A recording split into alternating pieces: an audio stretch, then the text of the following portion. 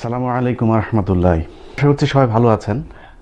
প্রসঙ্গ এই মুহূর্তে মামুনুল হক, যিনি বাংলাদেশের সবচাইতে আলোচিত একজন ব্যক্তি।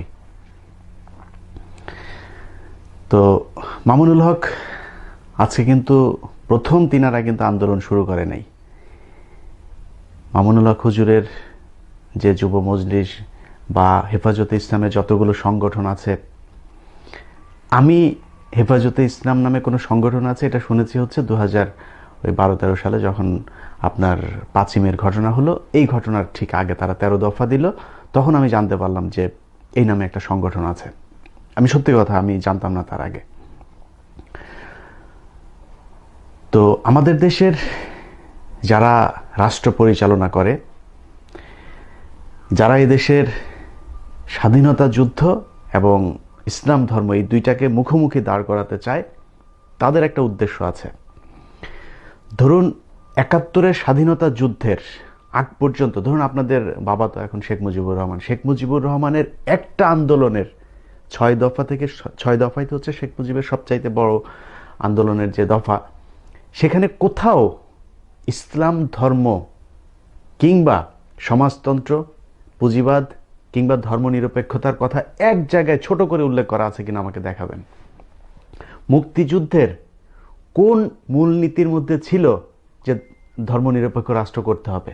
সব কিছু বানানো হয়েছে মুক্তিযুদ্ধের পরে, যখন আমাদের এই যে সংবিধান রচনা করা হয়েছে, তখন ভারতের কংগ্রেসের যে সংবিধান, তখন আমাদের উপরে চাপিয়ে দেওয়া হয়েছে ধর্মনিরপেক্ষ। ধর্মনিরপেক্ষতার জন্য মুক্তিযুদ্ধের একটা ইস্যু ছিল কিনা মুক্তিযুদ্ধের আগ পর্যন্ত? কখনোই ছিল না। তো সেই চক্রই আজকে তারা চায় বাংলাদেশে যে ইসলাম ধর্মের যে উত্থান, এটা কোনোভাবেই যেন করা না যায়। তারা কি চায়? তারা চায় আপনারা মসজিদে মসজিদে ঘুরবেন, মসজিদের কোনায় বসে মনে করেন নিজেদের মধ্যে ইসলাম নিয়ে আলোচনা করবেন, তারপরে মাদ্রাসা ইমামতি করবেন, মসজিদের ইমামতি করবেন,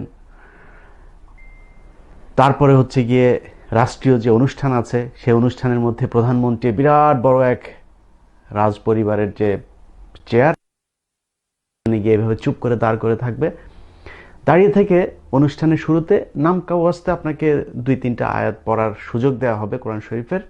এটা পড়ে তারপর 500 টাকা দেওয়া হবে, আপনি খুশিতে চলে আসবেন। তাদের বাড়ির মুসলমানি, তাদের বাড়ির বিয়ে, তারপরে মারা গেলে 40 4 দিন দাফন, এইসব অনুষ্ঠানগুলোতে আপনি যাবেন। এর বাইরে আপনার আর কোনো কাজ নাই। এগুলো যতদিন করবেন ততদিন আপনি ঠিক আছেন, কিন্তু এগুলোর বাইরে যখন যাবেন তখনই হচ্ছে তাদের সমস্যা। জামায়াত ইসলামের সেই সমস্যাটাই হচ্ছে এখন তাদের মাথা ব্যথার একমাত্র কারণ। কারণ জামায়াত ইসলাম চায় সংসদের মধ্যে কোরআন শরীফ ঢোকাতে, জামায়াত ইসলাম চায় কোরআনের শাসন। সেই জায়গাতে আজকে হেফাজতে ইসলাম, আমি মনে করি তারা যে 13 দফা দিয়েছিল, সেটাও এই জামায়াত ইসলামের মতোই একটা দাবি। সেই দাবির কারণেই আজকে হেফাজতে ইসলাম তাদের শত্রু। এতদিন কিন্তু শত্রু ছিল না। আপনারা সারা জীবন ধরে সেই যে আপনার ইজতেমা করছেন, তারপরে তাবলীগ করছেন, কোনো কিছুতে কিন্তু সমস্যা নাই, কোনো সমস্যা হয়নি। যখন আপনারা বলেছেন যে রাষ্ট্রের যে নীতি, সেই নীতির মধ্যে আমাদের এইগুলো ঢুকাতে হবে, তখনই সব কিছুর মধ্যে সমস্যা তৈরি হয়েছে। সেই ধারাবাহিকতায় আজকে মামুনুল হক, জামায়াতে ইসলাম। তো জামায়াতে ইসলাম কেন হলো? প্রতিটা জিনিসের একটা বৈশিষ্ট্য আছে। ধরুন আফ্রিকার মানুষের একটা বৈশিষ্ট্য আছে, তারা দেখতে কালো, চুলগুলো কোঁকড়ানো হয়। এশিয়ার মানুষ আমাদের মতো, যারা আমরা শ্যামবর্ণের আছি, আমাদের এখানকার আমেরিকা ইউরোপের মানুষ হবে সাদা, এরকম বৈশিষ্ট্য থাকে। আপনি যদি বাংলাদেশে এখন ধরুন কোনো দল করেন না, কোনো কিছু করেন না, কোনো কারো পক্ষে নাই বিপক্ষে নাই, আপনি আপনার ফেসবুকে আমার এই ভিডিওটা দেখার সাথে সাথে ভোট চোর লিখবেন, কোনো কিছু লিখবেন না, কাউকে উল্লেখ করবেন না, ভোট চোর লিখবেন, চাউল চোর লিখবেন, ব্যাংক ডাকাত লিখবেন, এই ধরনের বৈশিষ্ট্যগুলো নিয়ে আপনার ফেসবুকে লিখবেন, তখন দেখবেন একটা শ্রেণী খেপে যাবে। অর্থাৎ তাদের বৈশিষ্ট্য হচ্ছে ভোট চোর, ধান চোর, আর হচ্ছে চাল চোর, আর এই ব্যাংক ডাকাতি করা। এটা হচ্ছে তাদের বৈশিষ্ট্য, যে কারণে আপনি তাদের নাম না বললেও তারা খেপে যাবে। জামাত ইসলামেরও একটা বৈশিষ্ট্য আছে। কোন কোন বৈশিষ্ট্য দেখলে তারা জামাত ইসলাম তাদেরকে খ্যাতি দেয়? সেটা হচ্ছে, ধরুন আপনি নামাজ পড়বেন, ছোট ছোট দাড়ি থাকবে, কোনো মেয়ের দিকে তাকাবেন না, ভালো ছাত্র হবেন, তারপরে মানুষকে ভালো কথা বলবেন, দেশপ্রেমের কথা বলবেন, ভারতের বিরুদ্ধে কথা বলবেন, এগুলো যখন করবেন তখন আপনাকে তারা মনে করে আপনি জামায়াত। বৈশিষ্ট্যগুলো তো খারাপ না, তাই না? আজকে এতদিন ধরে কাদের সিদ্দিকী মুক্তিযোদ্ধা ছিল, তিনার কিন্তু কোনো সমস্যা হয়নি। যখন তিনি এই চালচোর ভোটচোরদের বিরুদ্ধে কথা বললেন এবং ওই যে জামাত যে কাজগুলো করে সেই কাজগুলো যখন করা শুরু করলেন তখন কিন্তু কাদের সিদ্দিকী হলেন জামাত। অতএব জামাতের বৈশিষ্ট্য তারা যেটা দাঁড় করাচ্ছে, যেটা আমরা তো জামাত যারা করি না তারা তো জানি না যে আসলে জামাতের কি। এখন তারা আওয়ামী লীগ আমাদেরকে শিখাচ্ছে যে এই বৈশিষ্ট্য থাকলে তাকে মনে করবা জামাত। ৭১-এর বড়ি বেচে খাওয়া যাবে না। আর বাংলাদেশের যুব সমাজ এখন অনেক সচেতন, তারা এখন ইতিহাস জানে। অতএব মামুনুল হককে জামায়াত ইসলাম বলে থামানো যাবে না। আমি মনে করি ইসলামী দলগুলোর মধ্যে যে একটা বিভাজন ছিল সেটা দিনকে দিন ঘুচতে শুরু করেছে। আমি ব্যক্তিগতভাবে চরমনায়ের উপরে আমার অনেক কারণে আমার বিতর্ক ছিল। সেটা হচ্ছে যে তাদের ভেদে মারফত বইয়ের যেসব লেখাগুলো আমি পড়েছি, বিভিন্ন সময় চরমনায়ের নাম ভাঙিয়ে যারা ওয়াজ করেছে তাদের যে ওয়াজগুলো শুনেছি সেগুলো আমার ভালো লাগে নাই। চরমনায়ের পীর সাহেব সম্পর্কে অনেক ধরনের গাঁজাখুরি গল্প তারা বলতো, এগুলো আমি মনে করি নাই যে বাস্তবসম্মত। তাদের কিছু কিছু মাহফিলে উজানি সহ চরমনায়ের যে জিকির আমি দেখেছি সেটা আমার কাছে ভালো মনে হয়নি। এটার আমি তীব্র ঘোর বিরোধী, এখন পর্যন্ত বিরোধী। কিন্তু চরমনায় পীর সাহেব যে এত ভারত বিরোধী একজন মানুষ এটা আমি জানতাম না। অতএব এই মুহূর্তে আগে হতে হবে হচ্ছে বাংলাদেশের স্বাধীন, এই স্বাধীনতার প্রশ্নে সবাইকে এক হতে হবে। তারপরে কে কোন সিলসিলা, কে কোন মাযহাব কি বিশ্বাস করে সেটা নিয়ে পরে তর্ক বিতর্ক হবে। জামায়াতে ইসলামের আমি মওদুদী সাহেবের বই সেই বই পড়ি নাই, তাদের বইতে নাকি লেখা আছে কি সাহাবীদেরকে নিয়ে কি কটূক্তি করা আছে, সেগুলো যদি থাকে, যেটা মামুনুল হক সাহেব তার বক্তব্যে বলেছেন যে তাদের এই সমস্যাগুলো যদি তারা সমাধান করে আসে তাহলে জামাতের সাথে এসব ইসলামী দলগুলোর কোনো সংঘর্ষ নাই। অতএব যদি সাংঘর্ষিকতা না থাকে তাহলে আমার বিশ্বাস যাদের মধ্যে যেসব ছোটোখাটো ভুলগুলো আছে, চরমনায় পীর সাহেবেরও আমার মনে হয় রেজাউল করিম সাহেবের এই জিনিসটা উল্লেখ করা উচিত যে ভেদে মারফতের যেই বিতর্কগুলো উঠেছে সেগুলো নিয়ে পরিষ্কার করতে হবে। তারা বেশ কয়েকজন বক্তাকেও দেখেছি চরমনাই থেকে বহিষ্কার করেছে নানান ধরনের গাঁজাখুরি গল্প করবার জন্য, এবং ভবিষ্যতে আমার বিশ্বাস চরমনাই সেগুলো করবে না। এগুলো করে যদি হেফাজতে ইসলাম থেকে শুরু করে ইসলামী যত দল আছে সব যদি এক জায়গায় হতে পারেন তাহলে বাংলাদেশের আজকের যে পরিস্থিতি সেখান থেকে বাঁচানো সম্ভব। জামাত ইসলাম আপনাদের কি শত্রু, জামাতের শত্রুকে চরমনাই, জামাতের শত্রু হেফাজত, এসব নিয়ে চিন্তা করার সুযোগ নাই। যদিও আমি সত্য কথা যেটা যে জামাত ইসলামের কোনো কেন্দ্রীয় নেতাকে আজ পর্যন্ত আমি রেজাউল করিম সাহেবের নিজের মুখে জামাতের বিরুদ্ধে কথা বলতে দেখেছি, কিন্তু জামায়াত ইসলামের কেন্দ্রীয় দায়িত্বপ্রাপ্ত কোনো মানুষের মুখে আমি আজ পর্যন্ত অন্য কোনো ইসলামী দলের কোনো গীবত আমি শুনি নাই। বাংলাদেশে সংঘর্ষ তো শুধু জামাতকে নিয়ে না, সমস্যা তো জামাতকে নিয়ে না, সমস্যা হচ্ছে ইসলাম ধর্মকে নিয়ে। আজকে সেটা প্রমাণিত হয়েছে যখন মামুনুল হকরা, জামাত ইসলাম যখন চুপ, মামুনুল হকরা যখন সত্যের পথে কথা বলছে তখন মামুনুল হকদেরকেও আজকে রাজাকার বলা হচ্ছে। আওয়ামী লীগের রাজাকার নাই, সেই রাজাকারদের নিয়ে তো কোনো কথা হয় না। আওয়ামী লীগ করলেই সে মুক্তিযোদ্ধা, আর আওয়ামী লীগের বিরুদ্ধে কথা বললেই সে রাজাকার। অতএব এই জায়গাগুলো বুঝতে হবে। আমি সব শেষে যে কথাটা বলতে চাই যে ইসলামী দলগুলোর চিন্তা করা উচিত, কিংবা বাংলাদেশের প্রতিটা মুসলমানের চিন্তা করা উচিত বাংলাদেশে মুসলমানদের আজকে জায়গা কোথায়। মুসলমান 90% দেশের কোনো মসজিদের ইমাম সাহেবের বেতন হয় না সরকারিভাবে। আপনি আমেরিকায় যান, সেখানে যেসব চার্জগুলো আছে সেখানে সেই ব্যয় কারা বহন করে? ওই এলাকার টাকা পয়সা তুলে তারপরে বেতন দেয় না, সরকারিভাবে সেগুলো বহন করা হয়। আজকে বাংলাদেশের অবস্থা দেখুন, চোর বাটপার সব ঘুষখোর সুদখোরদের কাছ থেকে বেতন নিয়ে তারপরে তাদের দিকে ইমাম সাহেবকে তাকিয়ে থাকতে হয়। যেই কারণে আজকে খুতবা দিতে গেলেও আওয়ামী লীগের কথা শুনে তারপর খুতবা দেয়া লাগে। যদি বের হয়ে আসতে চান, মাদ্রাসা যারা পড়াশোনা করেন, আমি মনে করি তাদের বাংলাদেশে যদি নাকি বেঁচে থাকার যে স্বাধীনতা সেটা যদি থাকতে হয়, রাখতে হয়, তাহলে আপনাদেরকে জেগে উঠতে হবে। আজকে যান, কওমি জননী আপনাদেরকে কওমি সনদ দিয়েছে, কি করবেন সেই সনদ দিয়ে? সেনাবাহিনী, পুলিশ, বিজিবি, কোথাও মাদ্রাসা ব্যাকগ্রাউন্ডে, সেটা দাখিল পাস হোক আর আপনার দাওরা হাদিস পাস হোক, যাই হোক, সেখানে কোনো চাকরি দেবে না। আপনি যদি নাকি খালি মাদ্রাসা ব্যাকগ্রাউন্ড থাকে, পুলিশ, সেনাবাহিনী, বিজেপি, আমাকে বলেন গত 6 বছরের মধ্যে একজন মাদ্রাসা ব্যাকগ্রাউন্ড, আমার এই ভিডিওতে কমেন্ট করবেন, একজন মাদ্রাসা ব্যাকগ্রাউন্ডের মানুষ চাকরি পেয়েছেন। তো চাকরি দিচ্ছে না তো। আরে ভাই, পুলিশে তো আমার বিজ্ঞানী দরকার নাই, পুলিশে মানুষ দরকার, ভালো মানুষ। অতএব পুলিশের আমি মনে করি 100% মানুষকে মাদ্রাসা থেকে আনা দরকার। কারণ নৈতিকতা দরকার পুলিশের। পুলিশের নৈতিকতা বোধ নেই বলেই আজকে তারা তাদের যে পোশাক, এই পোশাকটাকে দেখলেই মানুষ থুতু ফেলে। আপনি একটা এলাকায় যান, আওয়ামী লীগের একজন মানুষের চরিত্র দেখবেন, ছাত্রলীগ, যুবলীগের চরিত্র দেখবেন, একটা শিবিরের ছেলের চরিত্র দেখবেন, তার চলাফেরা, তার কথাবার্তা, তার পড়াশোনা, তার ধর্মীয় জ্ঞান, সব দিক থেকে আপনি একটু কম্পেয়ার করবেন দুইটা মানুষের মধ্যে।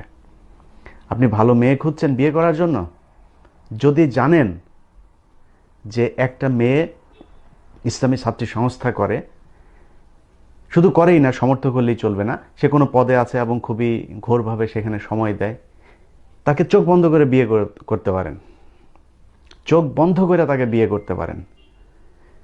আমি আমার নিজের পরিচিত একজনের কথা বলছি, সে বিবাহিত। তো যে কারণে হোক তার স্ত্রীর সাথে তার সমস্যা হয়েছে এবং তাদের মধ্যে সেপারেশন হয়েছে। এরপর ইসলামী ছাত্রী সংস্থার এক মেয়ের সাথে তার পরিচয় হয় এবং সেই মেয়ের প্রতিটা কথা এত সুন্দর করে ইসলামী জ্ঞান তার মধ্যে ধারণ করে, এটা কল্পনাও করা যাবে না। আমি সেই কথাগুলো শুনেছি। তার মধ্যে সবচাইতে ভালো লেগেছে, সেই মেয়েকে পুলিশ আটক করেছিল। পুলিশ আটক করার পরে তার যখন কিনা পুলিশ তাকে নিয়ে যায়, এরপরে সে লিফলেট বিতরণের সময় তাকে আটক করে এবং সে নাকি পুলিশের সামনে বসে সে ভাবছিল যে আল্লাহর জন্যই তো সে ধরা পড়েছে, যদি তাকে কোনো খারাপ কিছু করে। সে শুধু দোয়া করছিল আল্লাহর কাছে যে আল্লাহ আমাকে মারলেও আমার কোনো সমস্যা নেই, কিন্তু আমার যাতে আমার ইজ্জত যেন নষ্ট না হয়, আমার সম্মান যেন ঠিক থাকে, এটাই তোমার কাছে দোয়া। এবং সে আল্লাহর যে আয়াতগুলো আপনার বিতরণ করছিল, সে আয়াতগুলো সে বারবার মনে করছিল। একজন মানুষের ইমানের আসলে কতটা শক্তি থাকলে এটা করা যায়। যাই হোক, তারা গত ফেব্রুয়ারিতে বিয়ে করেছে, দোয়া করবেন যাতে তারা সুখে থাকে। তো এটা হচ্ছে ছাত্রী সংস্থা, ছাত্র শিবির, তাদের বৈশিষ্ট্য আমরা দেখছি। এখন তাদের ভেতরে হয়তো অনেকে মনে করতে পারে যে তারা আসলে এরকম ভালো ভালো কথা বলে তারপরে তারা ক্ষমতায় যাওয়ার চেষ্টা করছে, ক্ষমতায় গিয়ে তারপরে খারাপ করছে। তো ক্ষমতায় তো গিয়েছে, আমরা দেখেছি। তো ক্ষমতায় যাওয়ার পরে কি হবে? লুটপাট করবে। তো সেই লুটপাটও করেছে কিনা সেটাও কিন্তু আমরা দেখেছি, যে শিল্প মন্ত্রণালয়, কৃষি মন্ত্রণালয়, সমাজ কল্যাণ মন্ত্রণালয়, এগুলো কিন্তু জামাতের লোকজন চালিয়েছে। তো তারা চালিয়ে কি দেখেছে?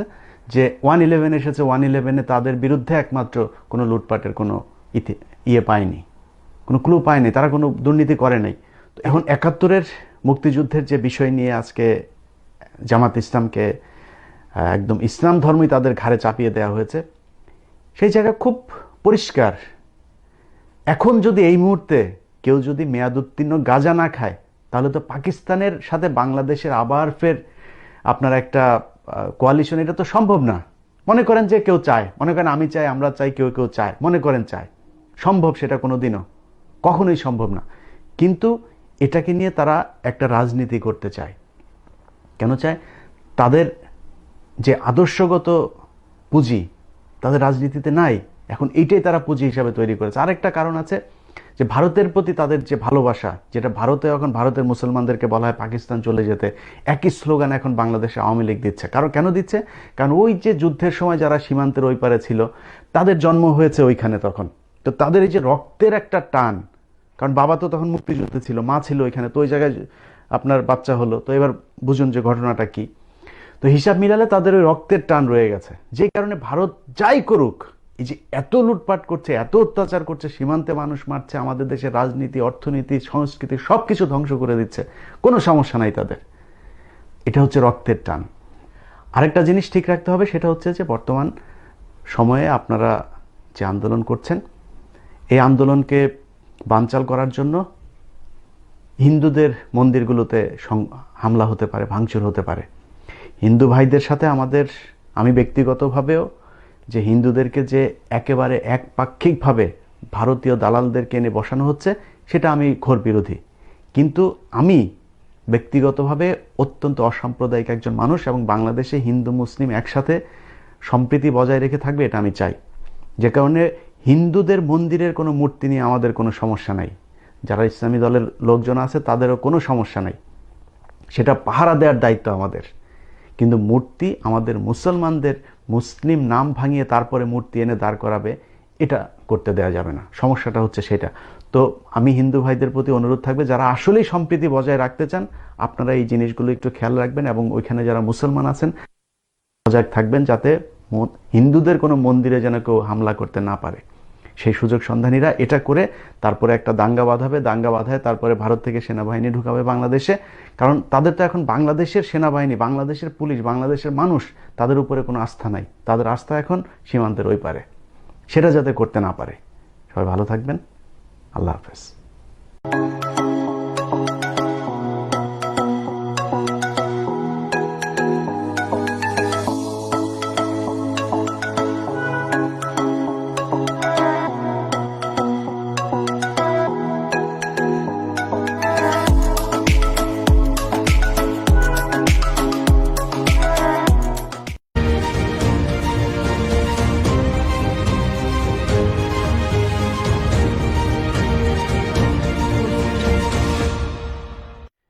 আসসালামু আলাইকুম রহমতুল্লাহ।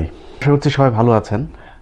প্রসঙ্গ এই মুহূর্তে মামুনুল হক, যিনি বাংলাদেশের সবচাইতে আলোচিত একজন ব্যক্তি। তো মামুনুল হক আজকে কিন্তু প্রথম তিনারা কিন্তু আন্দোলন শুরু করে নাই। মামুনুল হক হুজুরের যে যুব মজলিস বা হেফাজতে ইসলামের যতগুলো সংগঠন আছে, আমি হেফাজতে ইসলাম নামে কোনো সংগঠন আছে এটা শুনেছি হচ্ছে 2012-13 সালে, যখন আপনার 5ই মের ঘটনা হলো। এই ঘটনার ঠিক আগে তারা 13 দফা দিল, তখন আমি জানতে পারলাম যে এই নামে একটা সংগঠন আছে। আমি সত্যি কথা, আমি জানতাম না তার আগে। তো আমাদের দেশের যারা রাষ্ট্র পরিচালনা করে, যারা এদেশের স্বাধীনতা যুদ্ধ এবং ইসলাম ধর্ম এই দুইটাকে মুখোমুখি দাঁড় করাতে চায়, তাদের একটা উদ্দেশ্য আছে। ধরুন 71-এর স্বাধীনতা যুদ্ধের আগ পর্যন্ত, ধরুন আপনাদের বাবা তো এখন শেখ মুজিবুর রহমানের একটা আন্দোলনের 6 দফা থেকে 6 দফাই তো হচ্ছে শেখ মুজিবের সবচাইতে বড় আন্দোলনের যে দফা, সেখানে কোথাও ইসলাম ধর্ম কিংবা সমাজতন্ত্র, পুঁজিবাদ কিংবা ধর্মনিরপেক্ষতার কথা এক জায়গায় ছোট করে উল্লেখ করা আছে কিনা আমাকে দেখাবেন। মুক্তিযুদ্ধের কোন মূলনীতির মধ্যে ছিল যে ধর্মনিরপেক্ষ রাষ্ট্র করতে হবে?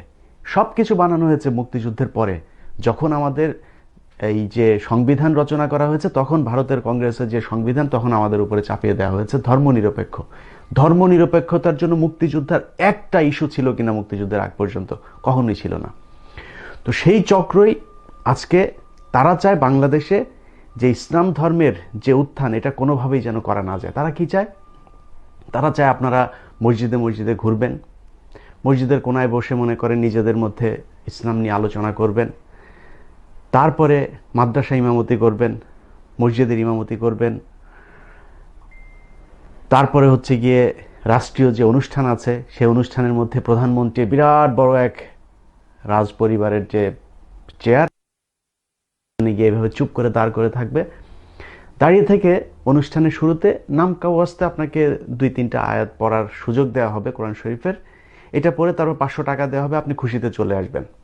তাদের বাড়ির মুসলমানি, তাদের বাড়ির বিয়ে, তারপরে মারা গেলে 40 4 দিন দাফন, এইসব অনুষ্ঠানগুলোতে আপনি যাবেন। এর বাইরে আপনার আর কোনো কাজ নাই। এগুলো যতদিন করবেন ততদিন আপনি ঠিক আছেন, কিন্তু এগুলোর বাইরে যখন যাবেন তখনই হচ্ছে তাদের সমস্যা। জামায়াত ইসলামের সেই সমস্যাটাই হচ্ছে এখন তাদের মাথা ব্যথার একমাত্র কারণ। কারণ জামাত ইসলাম চায় সংসদের মধ্যে কোরআন শরীফ ঢোকাতে, জামাত ইসলাম চায় কোরআনের শাসন। সেই জায়গাতে আজকে হেফাজতে ইসলাম, আমি মনে করি তারা যে 13 দফা দিয়েছিল সেটাও এই জামাত ইসলামের মতোই একটা দাবি। সেই দাবির কারণেই আজকে হেফাজতে ইসলাম তাদের শত্রু। এতদিন কিন্তু শত্রু ছিল না। আপনারা সারা জীবন ধরে সেই যে আপনার ইজতেমা করছেন, তারপরে তাবলীগ করছেন, কোনো কিছুতে কিন্তু সমস্যা নাই, কোনো সমস্যা হয়নি। যখন আপনারা বলেছেন যে রাষ্ট্রের যে নীতি, সেই নীতির মধ্যে আমাদের এইগুলো ঢুকাতে হবে, তখনই সব কিছুর মধ্যে সমস্যা তৈরি হয়েছে। সেই ধারাবাহিকতায় আজকে মামুনুল হক, জামায়াতে ইসলাম। তো জামায়াতে ইসলাম কেন হলো? প্রতিটা জিনিসের একটা বৈশিষ্ট্য আছে। ধরুন আফ্রিকার মানুষের একটা বৈশিষ্ট্য আছে, তারা দেখতে কালো, চুলগুলো কোঁকড়ানো হয়। এশিয়ার মানুষ আমাদের মতো যারা আমরা শ্যামবর্ণের আছি, আমাদের এখানকার আমেরিকা, ইউরোপের মানুষ হবে সাদা, এরকম বৈশিষ্ট্য থাকে। আপনি যদি বাংলাদেশে এখন ধরুন কোনো দল করেন না, কোনো কিছু করেন না, কোনো কারো পক্ষে নাই, বিপক্ষে নাই, আপনি আপনার ফেসবুকে আমার এই ভিডিওটা দেখার সাথে সাথে ভোট চোর লিখবেন, কোনো কিছু লিখবেন না, কাউকে উল্লেখ করবেন না, ভোট চোর লিখবেন, চাউল চোর লিখবেন, ব্যাংক ডাকাত লিখবেন, এই ধরনের বৈশিষ্ট্যগুলো নিয়ে আপনার ফেসবুকে লিখবেন, তখন দেখবেন একটা শ্রেণী খেপে যাবে। অর্থাৎ তাদের বৈশিষ্ট্য হচ্ছে ভোট চোর, ধান চোর, আর হচ্ছে চাল চোর, আর এই ব্যাংক ডাকাতি করা। এটা হচ্ছে তাদের বৈশিষ্ট্য, যে কারণে আপনি তাদের নাম না বললেও তারা খেপে যাবে। জামাত ইসলামেরও একটা বৈশিষ্ট্য আছে। কোন কোন বৈশিষ্ট্য দেখলে তারা জামাত ইসলাম তাদেরকে খ্যাতি দেয়? সেটা হচ্ছে, ধরুন আপনি নামাজ পড়বেন, ছোট ছোট দাড়ি থাকবে,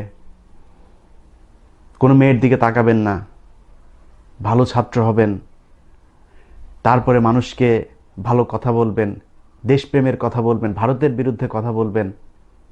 এগুলো যখন করবেন তখন আপনাকে তারা মনে করে আপনি জামায়াত।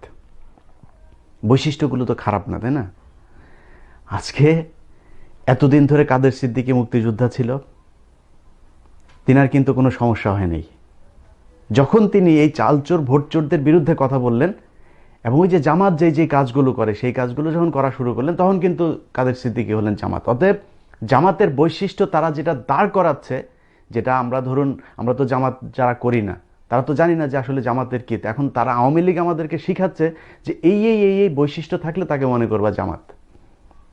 71-এর বড়ি বেচে খাওয়া যাবে না। আর বাংলাদেশের যুব সমাজ এখন অনেক সচেতন, তারা এখন ইতিহাস জানে।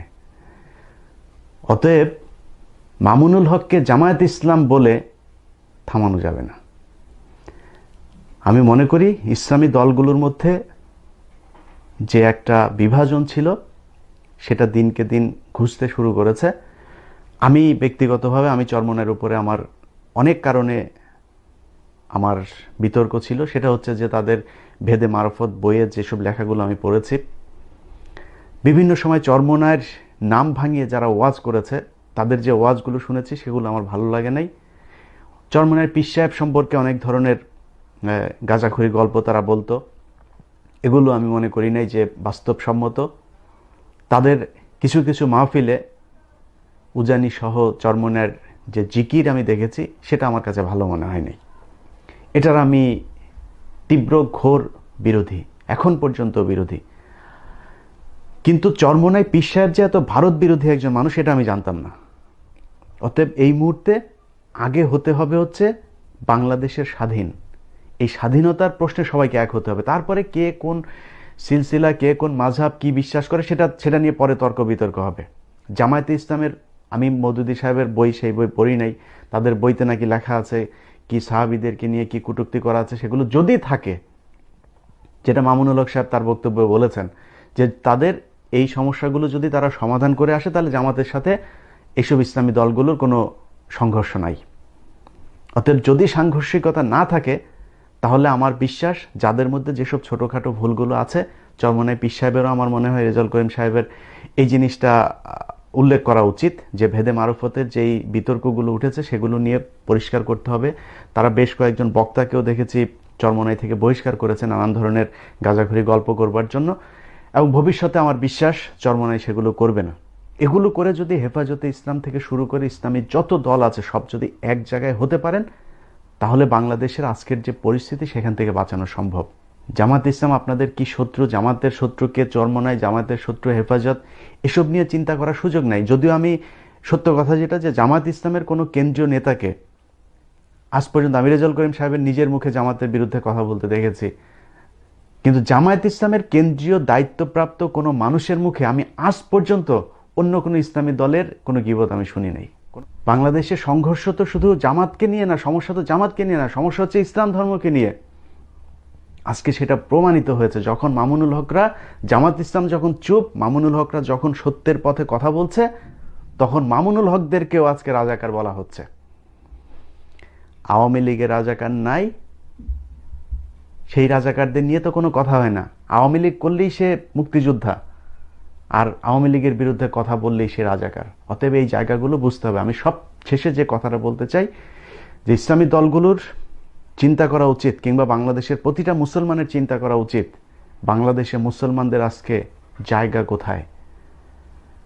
মুসলমান 90% দেশের কোনো মসজিদের ইমাম সাহেবের বেতন হয় না সরকারিভাবে। আপনি আমেরিকায় যান, সেখানে যেসব চার্জগুলো আছে সেখানে সেই ব্যয় কারা বহন করে? ওই এলাকার টাকা পয়সা তুলে তারপরে বেতন দেয় না, সরকারিভাবে সেগুলো বহন করা হয়। আজকে বাংলাদেশের অবস্থা দেখুন, চোর বাটপার সব ঘুষখোর সুদখোরদের কাছ থেকে বেতন নিয়ে তারপরে তাদের দিকে ইমাম সাহেবকে তাকিয়ে থাকতে হয়। যেই কারণে আজকে খুতবা দিতে গেলেও আওয়ামী লীগের কথা শুনে তারপর খুতবা দেওয়া লাগে।